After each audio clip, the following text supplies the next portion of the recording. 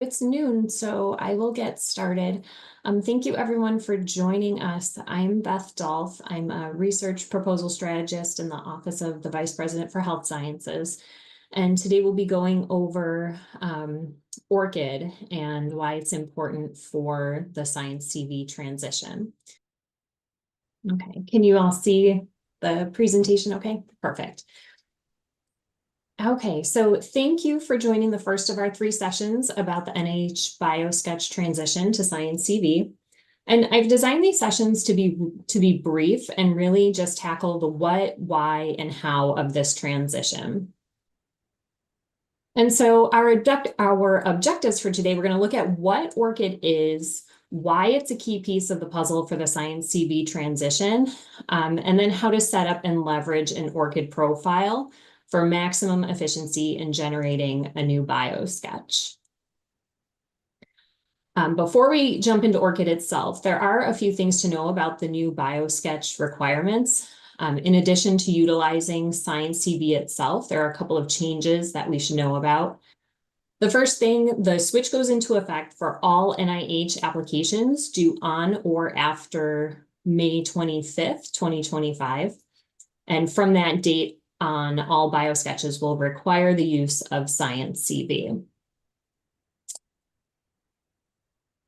Secondly, the biosketch itself is changing.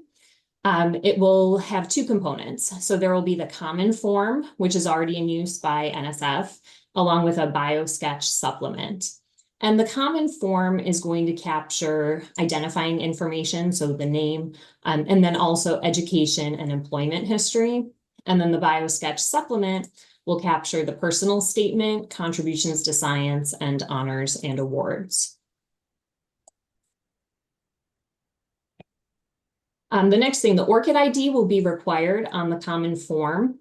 And then you will also need to link your ORCID ID to your ERA Commons personal profile, which we'll look into how to link ORCID and other accounts in a later session.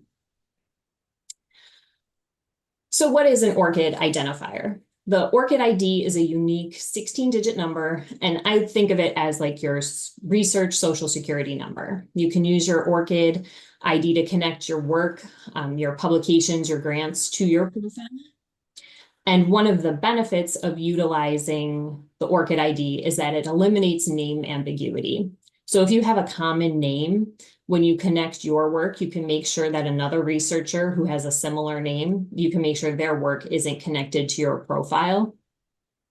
Also, if you've used variations of your name in publications, so sometimes you just use your first name, other times you use your first name and your middle name, all of the variations can be recognized as belonging to your unique ORCID profile. And then journals and grant funders are increasingly asking researchers for their ORCID identifiers on submissions, which allows them to automatically connect your publications and grant awards to your profile. So the more you use your ORCID, the more it can do on your behalf. So what does ORCID have to do with SciENcv? There's a lot of useful things about having an ORCID profile, but really for our purposes at this particular moment, the important thing to know is that having an ORCID ID is mandatory for your NIH biosketch starting May 25th. And keeping your ORCID profile updated is advantageous when working in SciENcv. So why is that the case?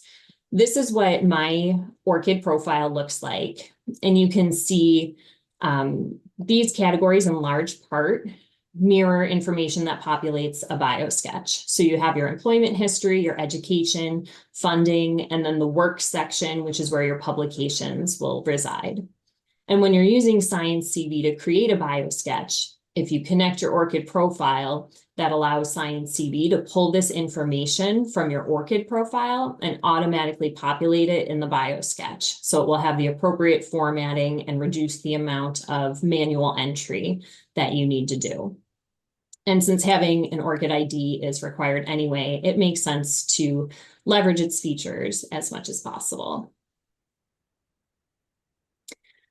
I'm going to quickly go through how to set up an ORCID account if you don't have one already. It's pretty straightforward. the first thing you're going to do, you'll go to orcid.org. And then in the upper right corner, you'll click on sign in/register.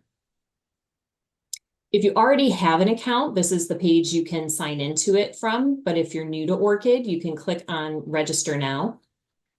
And I'll note you don't have to be a researcher. You don't have to have an institutional email to sign up for an account. All you have to do is have an email and then agree to their terms of use. And when you click register now, you'll enter your name, including the different variations you've used in publication, and then your email address. From there, you'll create your password. You'll enter your current employment affiliation.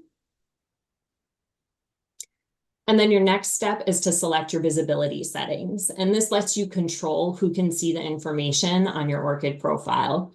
And once your profile is set up, you have the opportunity to change those settings at any time. And then your last step is to agree to the terms of use policy. You confirm you are not a robot, and then you complete your registration. You'll get an email to authenticate your account, and then you'll be all set.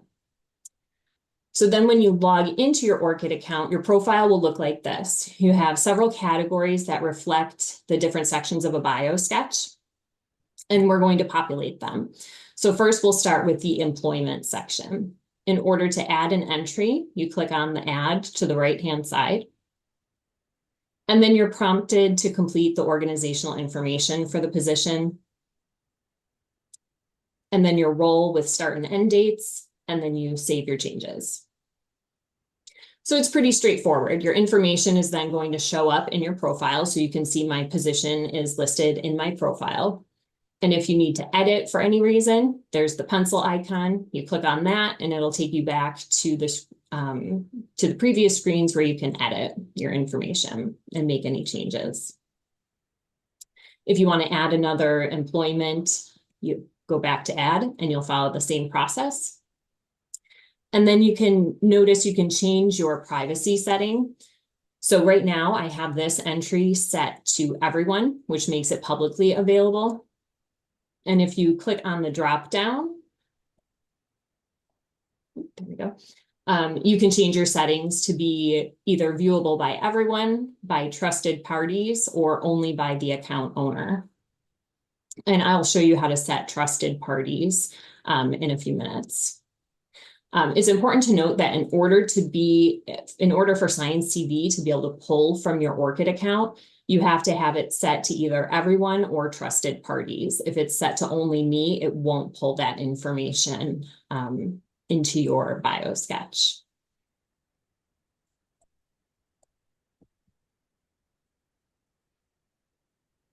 So you can repeat the manual entry process for any of the categories, but ORCID also has a really great search and auto-populate feature for funding and for the works or for your publications.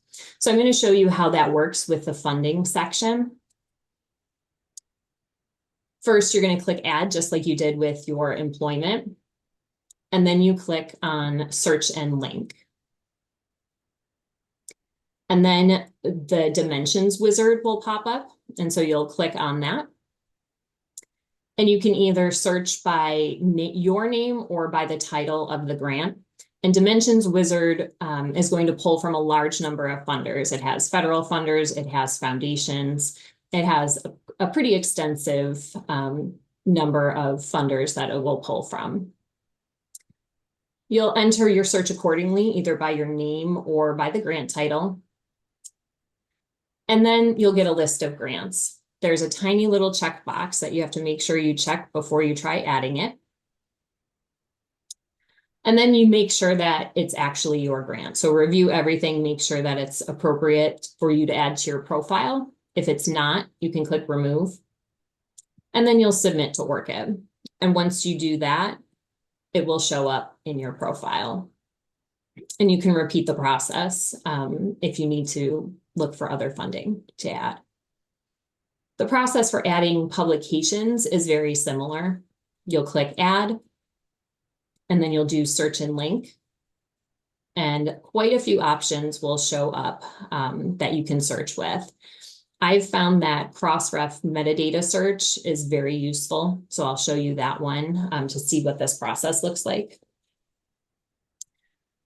When I click on cross-ref metadata search, I'm asked if I want to authorize access. And this is really the power of having an ORCID account, because when you connect different accounts and databases, that allows them to make changes to your account. So essentially, if a new publication shows up on one of those, they'll auto-populate your account so that you're not always having to go through and do it. So if you connect your ORCID, when you submit a journal article, when that article comes out, it will be featured in your profile without your having to manually add it. So I'm going to click on authorize. And once you've granted access, you'll be able to search. So I'll search by my name, and then my list of publications will show up. And you'll also get some that aren't hits for your own publications, but I've found that if you search and include a co-author in there too, the most relevant search results will go to the top.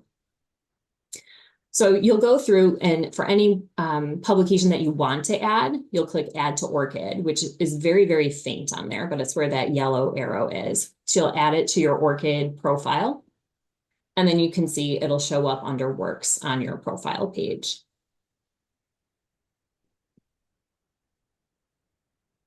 So I've added 13 publications to my profile, and then it shows you the source. So since I went through and added via the search and link feature, it shows that I added.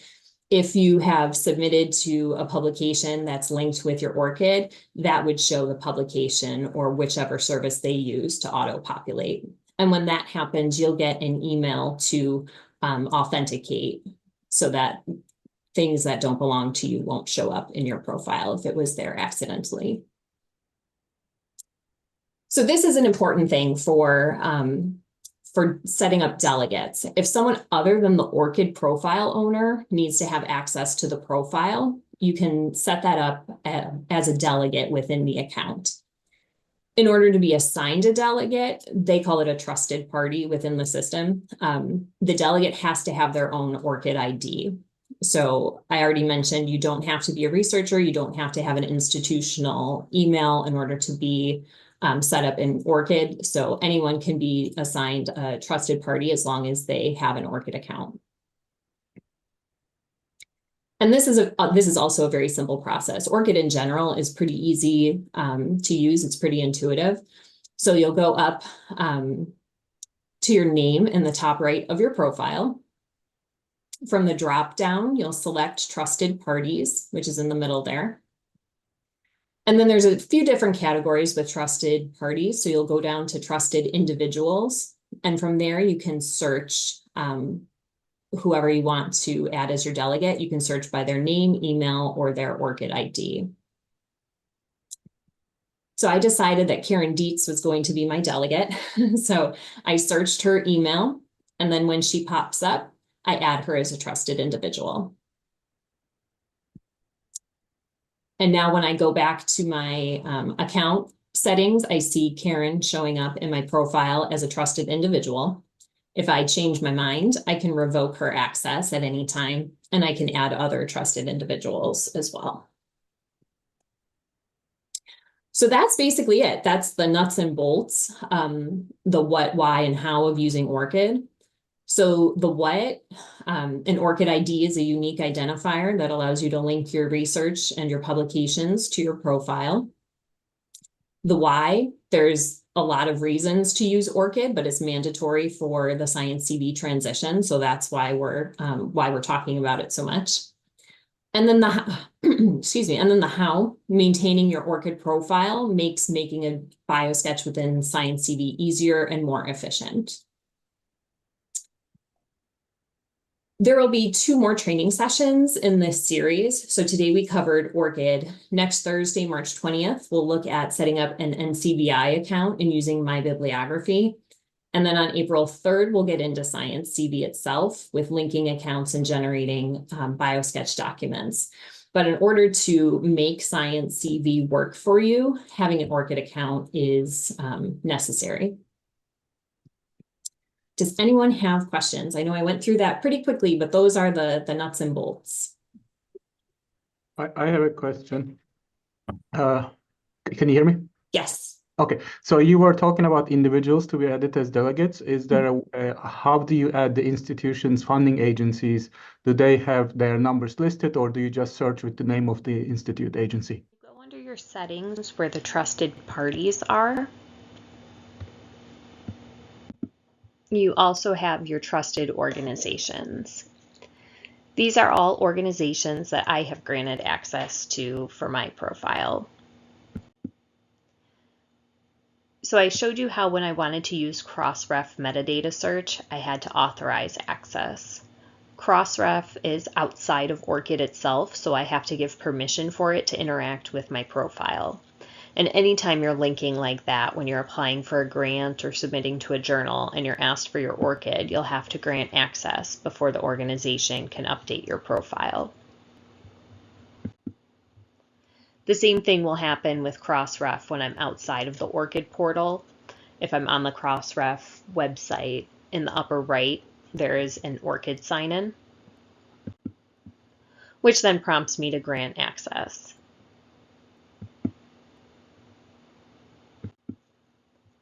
When I grant access, you can see Crossref is now listed under Trusted Parties as a trusted organization. And next week, we'll look at how to link ORCID with other types of accounts. Dr. Dolph, I was just going to call attention to some questions in the chat. So, Oh, sure. Bonnie Vest said, does it only find grants where you are the PI? How far back should we go in populating and manually entering? If you aren't the PI or your grant doesn't show up in the search for any other reason, you can still add it manually.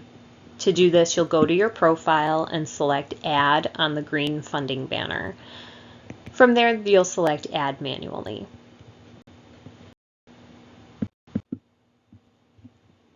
Next, you'll input the funding information. Any field with a red star is required in order to create the funding entry. For example, you have to indicate the type of funding, whether it's a grant or a contract or award. After you fill in all of your information, you can select your visibility setting before saving your entry. Once the entry is complete, it will show up under your funding on your profile. It's important to note that at this time, your funding information will not be pulled directly from your ORCID profile by SciENcv, but will be manually entered with your personal statement in a text box. We'll look at this more closely in our SciENcv session.